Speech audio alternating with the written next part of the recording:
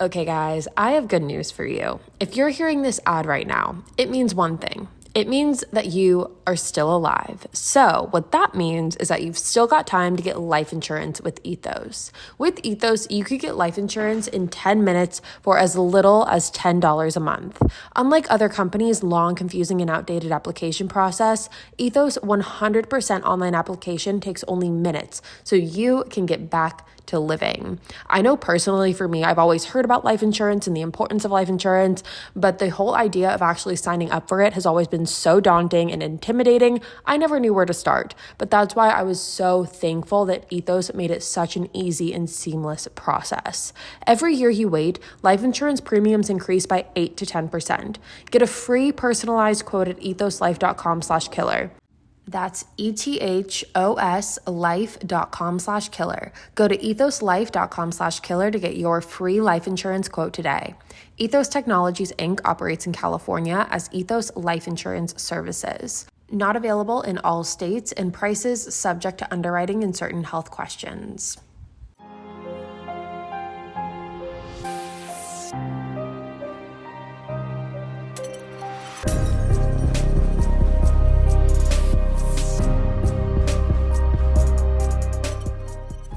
Hello, you guys. What is up? Welcome back to another episode of Killer Instinct, and welcome to the first episode of HALLOWEEK 2022. If you have not been following, or if this is the first you're hearing of HALLOWEEK, HALLOWEEK is the one time of the year where we cover 5 back-to-back Halloween-inspired true crime cases on the podcast. This is something that we have done for about 4 years now. I believe this is the 4th HALLOWEEK, if not the 5th, that we have done here. And it is my favorite time of the year. It is the busiest time of the year, but I also know how much you guys love HALLOWEEK. And it truly is a great time to bring awareness to a lot of these cases. So what is going to happen is from now until the 28th of October, you guys are going to get a case every single day. That includes on the podcast and on YouTube. So buckle up and get ready because you guys are going to have a lot of podcast content to listen to. And I, for one, cannot wait. I'm so excited. This is my favorite time of the year ever. So with that being said, let's just jump into the first HALLOWEEK episode of this year. Today, we are talking about the solved case of Doreen Erbert. This truly is a Halloween nightmare. Doreen Ray Hitchens was born on November 29th, 1952 in Santa Clara, California. Now, Doreen grew up in a very tight-knit and loving family. She was said to have had an infectious smile and laugh, and she also had a super magnetic personality. Everyone was drawn to her. Doreen was also very determined and very goal-oriented, and after she graduated college, she ended up getting a job as a physical therapist in San Francisco. And once she settled into her new city and her new job, she also got introduced to a new love interest, and that would be a guy named William Michael Dennis, who went by the nickname Mike. Mike was a factory worker whose job was located right next to Doreen's physical therapy office. So starting from when he was a child, Mike had suffered from hearing loss, and because of that, it required him to wear hearing aids 24/7. And wearing those hearing aids was a lot less normalized back then than it is today. And the technology behind hearing aids has advanced so rapidly since then as well that people who have hearing aids, oftentimes you can't even tell because you can't see them. However, back then it was different. They were bigger, they were bulkier, they had wires, and you would have to put those wires into your back pocket. It was just more noticeable. And not that it's something that ever has to be hidden. However, kids are mean. And so because of that, and because Mike was wearing these big bulky hearing aids at school, it made him an easy target for kids to bully him.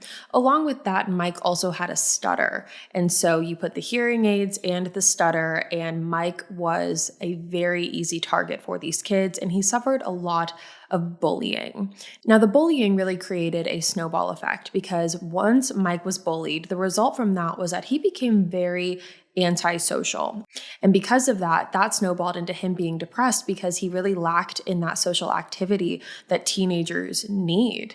And then the lack of social activity then snowballed into a lack of a romantic life. So it was just one big snowball effect. And Mike really fell into a depression. However, when he met Doreen, he was absolutely thrilled. He thought that he met the love of his life. This was his person. And the two of them really only dated for several months before they ended up getting married. And in 1976, Doreen and Mike welcomed their first child into the world, and that was a boy named Paul. And Doreen and Mike were absolutely thrilled about becoming new parents. They loved their son more than anything, and they loved this family dynamic that they had now created. However, with that comes a stress in the change of the family dynamic. Obviously, we all know that having a child is a lot of responsibility, and sometimes it is too much to bear for a lot of couples. And Doreen and Mike were one of those couples, because ultimately, just 1 year after Paul was born in 1977, Doreen and Mike ended up getting a divorce. After the divorce was finalized, Doreen and Mike also came to a custody agreement, and that agreement was that Doreen had primary custody and Mike got temporary custody. So Mike was able to see Paul on the weekends, and then Doreen had him for the rest of the week. Now, neither Doreen nor Mike were necessarily happy about getting a divorce. I don't think that anyone is happy for the most part when having to get a divorce. They both thought that they were going to be with each other forever. They thought they were each other's soulmates, and they had a really hard time moving past it. But Mike in particular had a really hard time with the fact that his family was splitting up, and he became very bitter about all of it. Out of Doreen and Mike, Mike was definitely the one that had a harder time moving past the fact that his relationship with Doreen was officially over and that his marriage was over. And while Doreen wasn't happy about the fact that she was getting a divorce by any means, she definitely wasn't dwelling on the past. She ended up marrying her second husband, a man named Charles Erbert, who was a carpenter. Doreen ended up moving in with Charles in San Jose, California, and the two of them began their married life together, which started with their daughter Deanna in 1979. And if you do the math there, Doreen and Charles's daughter was born just about 3 years after Paul was, and 2 years after the divorce happened. And because Doreen had primary custody of Paul, she raised her 2 children with Charles in a house that they all lived in together. And that was definitely a hard pill for Mike to swallow. He felt like he was watching another man come in and take his place and basically live his life with his family. So there was bitterness all the way around. However, unfortunately, in February of 1980, a tragedy struck this family. Paul, who was only 4 years old at the time, had ended up climbing through the fence that surrounded the family pool at the Erberts' house and ended up falling into the water and drowning. Now, Doreen was home at the time. However, she didn't notice that Paul was in the pool until it was too late. Paul was then rushed to the hospital where he was put on life support for a week and a half. However, ultimately, after realizing that there was no chance for survival here, he ended up being taken off life support and passed away. Now, the passing of a child is an unfathomable loss that no family under any circumstance deserves to go through. And you can really only imagine what the devastating toll Paul's loss took on this family. And Mike in particular was heavily struggling with this. And he really blamed Doreen and Charles for the death of Paul. In Mike's mind, he thought that Doreen did not do enough to try and save Paul because she was home at the time of the accident. Mike even went as far as filing a wrongful death lawsuit against Charles and Doreen in March of 1982. However, that decision basically backfired on him when the judge ruled in favor of Charles and Doreen. So the wrongful death lawsuit didn't go through, and that only ignited more of a bitterness in Mike because he felt that his son wasn't getting justice. But at that point, Doreen and Charles decided that it was in the best interest of them and their daughter to cut off all contact with Mike. It was clear to them that Mike was still living in the past about his marriage to Doreen and now was blaming Doreen for the tragic accident that took their son's life. And Charles and Doreen decided that enough was enough and they were going to fully cut off contact with Mike. Because if you think about it at this point, the only real reason that Doreen and Mike were in contact at all was because of Paul. Because that was the child that they shared and they had a custody agreement. However, after Paul's passing, Doreen knew that there was no reason for her to keep Mike in her life. But that wasn't good enough for Mike because Mike truly believed that Doreen had murdered their son. He was telling friends, he was telling family that Doreen murdered Paul, despite how evident it was to everyone around that Doreen was also heavily struggling with the loss of her son. It didn't seem to matter to Mike. He had his mind made up about his son's death. And because of the divorce and the loss of his child, Mike's mental health started to rapidly decline, as you can imagine. And it didn't help that shortly after the loss of Paul, Mike also lost his job at the factory. So now he lost his job, lost his child, and lost his wife. And you can imagine the toll that that takes on a person. And instead of trying to move forward with his life and look towards the future, Mike was dwelling in the past. However, Doreen and Charles, on the other hand, were moving forward because in 1984, Doreen actually announced to her friends and family that she was pregnant again.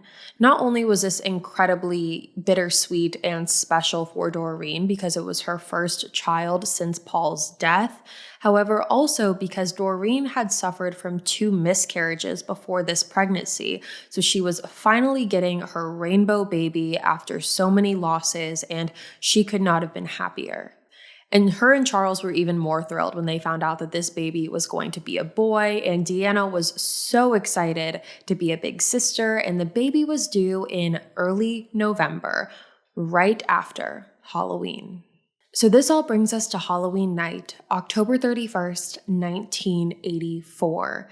Deanna was 4 years old at the time, and she was heavily into her trick-or-treating phase. She was finally at the age where she could really comprehend and understand the concept of trick-or-treating and having a costume and going to get candy.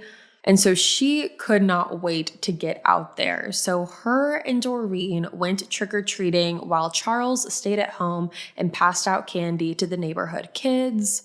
And by the time Doreen and Deanna got home, it was around 8:30 p.m. that night. And Charles decided once the girls got home that he was going to run to the liquor store really quick and pick up some more candy for the remainder of the trick-or-treaters for the evening. Charles ended up leaving the house around 8:50 p.m. that night, and he estimated that he was only gone about 15 minutes. So he went to the liquor store, picked up the candy, drove back home. However, when he came back, he noticed that his front door was unlocked, which even for it being Halloween was something that struck him as odd. Because he knew that there was no more candy to give to the trick-or-treaters. That's why he had gone to the liquor store in the first place. So there was no reason for the door to be unlocked. However, when he walked in his home, he walked in on a nightmare. Okay, guys, I have good news for you. If you're hearing this ad right now, it means one thing. It means that you are still alive. So what that means is that you've still got time to get life insurance with Ethos. With Ethos, you could get life insurance in 10 minutes for as little as $10 a month.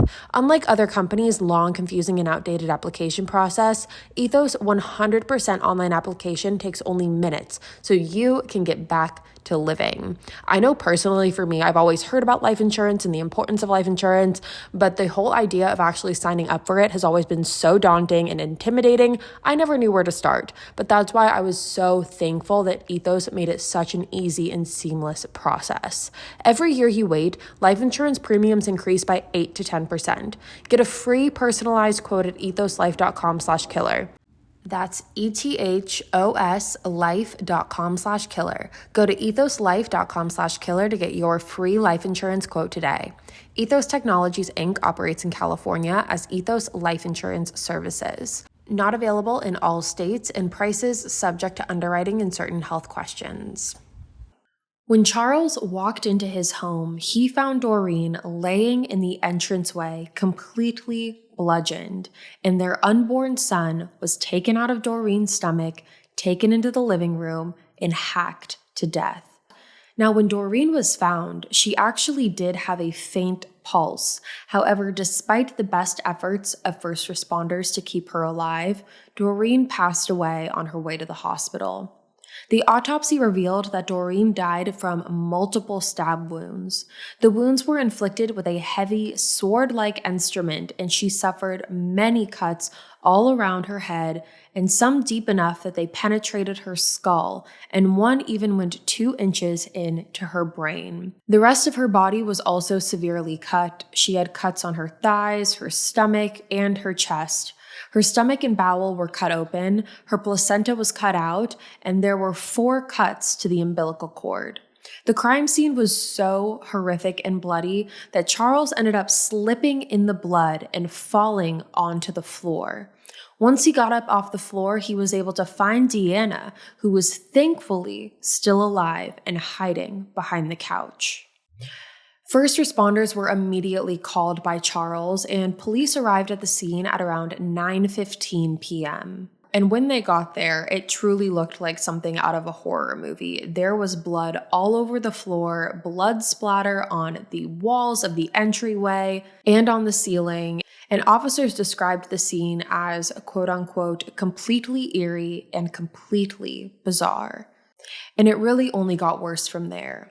Once authorities arrived on the scene, they discovered a wolf Halloween mask lying in the entryway right before the front door. This mask had exaggerated teeth, bulging eyes, and its tongue was sticking out. The mask was covered in blood, and there was also a trail of blood that led out of the house and all the way down the block before it made an abrupt stop, which led police to believe that this killer might have gotten away in a getaway car.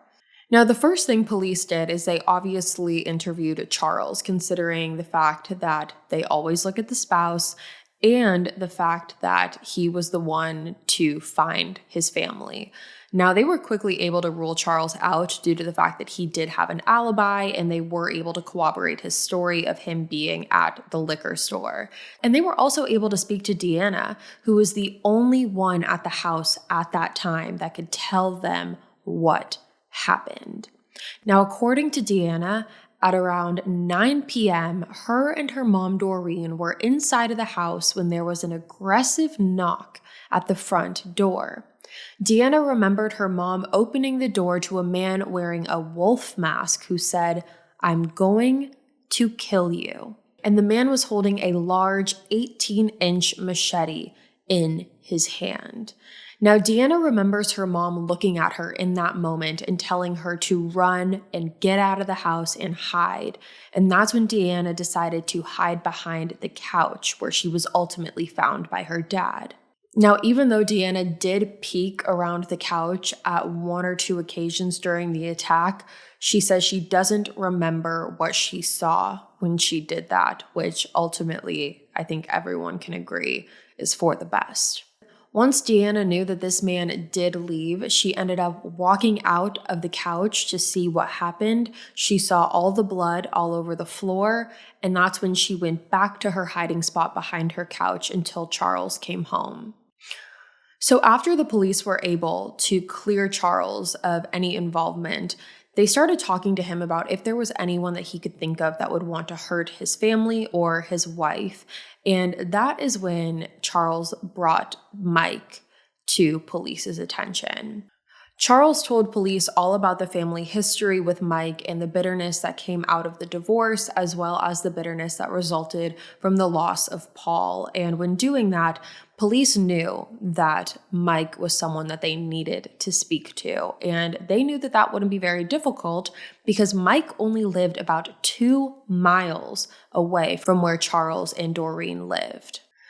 Police arrived to Mike's house at 12:23 a.m., so this was just several hours after the murders, and saw that there was a truck in the driveway. When police lit a flashlight into the truck, they saw blood on the steering wheel, as well as on the keys that were left in the car. They began knocking on Mike's door and knew he was home because they could see lights on in the house and hear the water running. However, they didn't get an answer.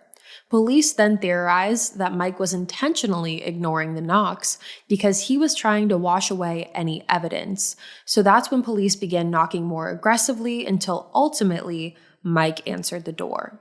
Now, once Mike opened the door, police informed him about Doreen as well as her unborn child's brutal murder. And according to them, Mike was very unfazed. He acted very nonchalant about the whole situation. He invited police into his house to talk further about what happened.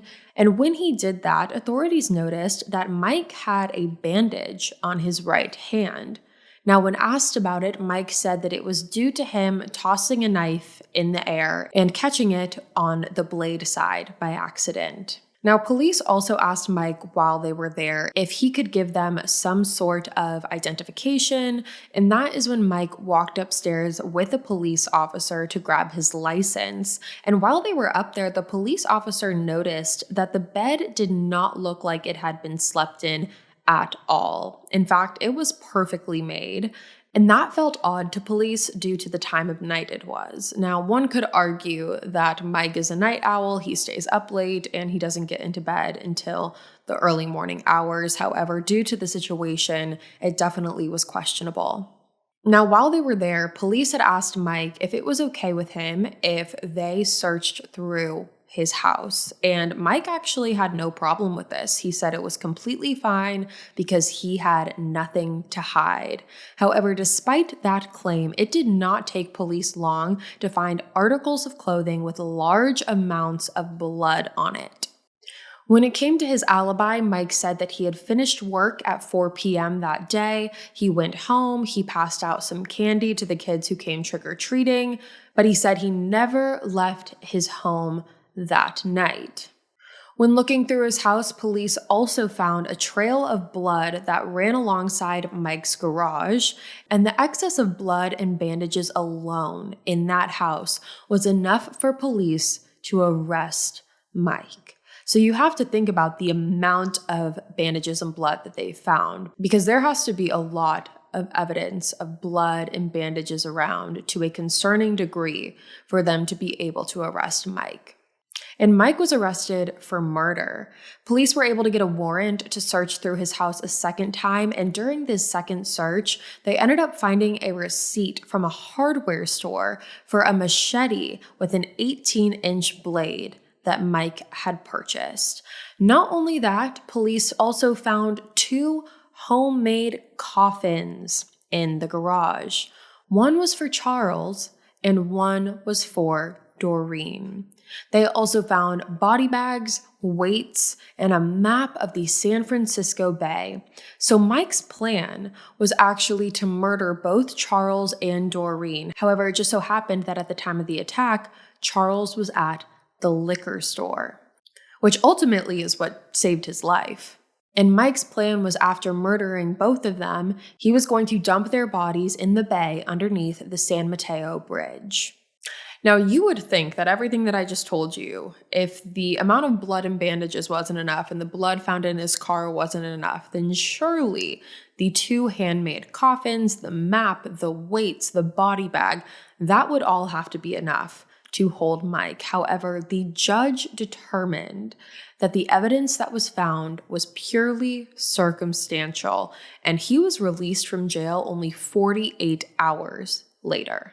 But then 3 days later, on November 5th, 1984, investigators were able to match the blood at the crime scene as a DNA match to Mike. And that was the physical evidence that they were looking for. So once they found that, Mike was arrested a second time. Now, along with that piece of physical evidence, detectives were also able to link Mike to this wolf mask that was found at the scene. It turns out that Mike had worn this wolf mask to a Halloween party that he had attended the previous year. And there's actually a picture of him in it, which looking at it now, it just has this very weird and eerie feeling to it. And police learned that he wore this mask to this party so he could dress as the big bad wolf the year prior.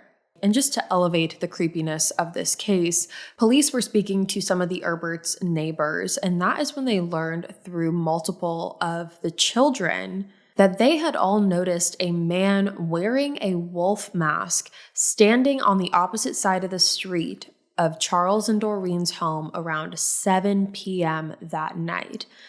So just imagine, while all these kids are running around trick-or-treating, there is a grown man wearing a wolf mask, carrying a machete, standing across the street, staring in to Charles and Doreen's home. Now, Mike's trial began in July of 1988. He pled guilty to the first-degree murder of Doreen and to the second-degree murder of Doreen's unborn child. Now, there was actually a psychologist who had interviewed Mike who testified at his sentencing trial, and this is when a lot more information about the killings themselves came forward. Now, again, this is all from Mike's perspective and from what Mike had said happened. Mike had told the psychologist that when Doreen opened the door, she didn't initially recognize him at first. However, Mike then told her, "You killed my boy." And it's then that Doreen recognized Mike's voice and told him to leave. And that is when he told her, "I'm going to kill you." Now, Mike told the psychologist that he didn't know that Doreen was pregnant, which is really hard to believe considering the fact that Doreen was 5 feet tall and everyone who knew her, her friends, her family, everyone said that she was very noticeably pregnant. Her friends even joked that she was as tall as she was wide. So this notion of not knowing is not necessarily believable, and Mike even went as far as saying that if he knew that Doreen was pregnant, he wouldn't have gone through with the murders, which again isn't very believable considering he went to the extent of removing her unborn child from her stomach, placing it on the opposite side of the room, and assaulting him with a machete. Mike told the psychologist that while he was stabbing Doreen to death, he asked her how it felt to drown, which is obviously in reference to the loss of their son.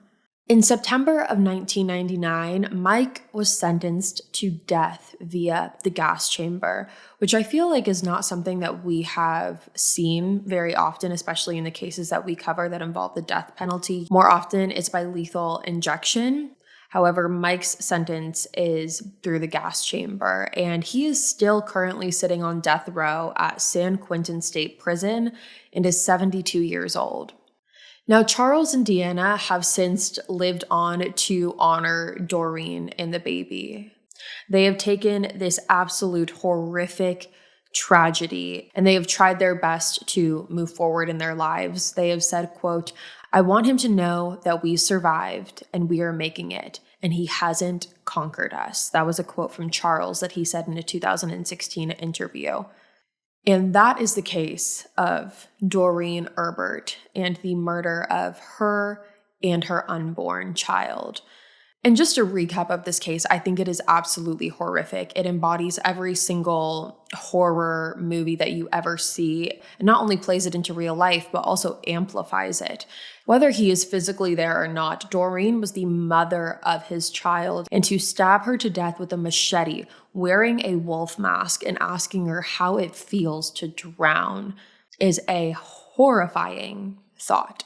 And to imagine the premeditation that went into it, he had to go out of his way to go to the hardware store and to purchase the machete. He had the body bags. He had the coffins. He thought that he was going to get away with it.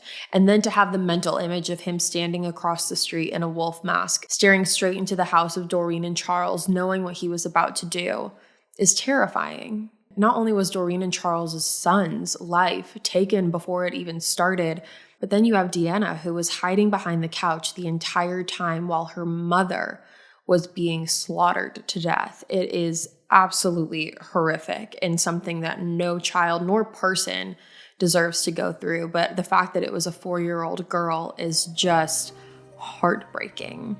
But with that being said, you guys, that is the first episode of HALLOWEEK. I hope you enjoyed today's case. I'm really interested to see what you guys have to say about it, what your thoughts are on the whole thing, because I know I certainly have a lot of thoughts and I would love to hear yours as well. So let me know what you think about this one. And with that being said, you guys, that is all for me today. Thank you so much for joining the first episode of HALLOWEEK, but I will be back tomorrow with a brand new case for you guys, and I cannot wait to see you there. So until then, stay safe. I'll see you tomorrow. Bye, guys.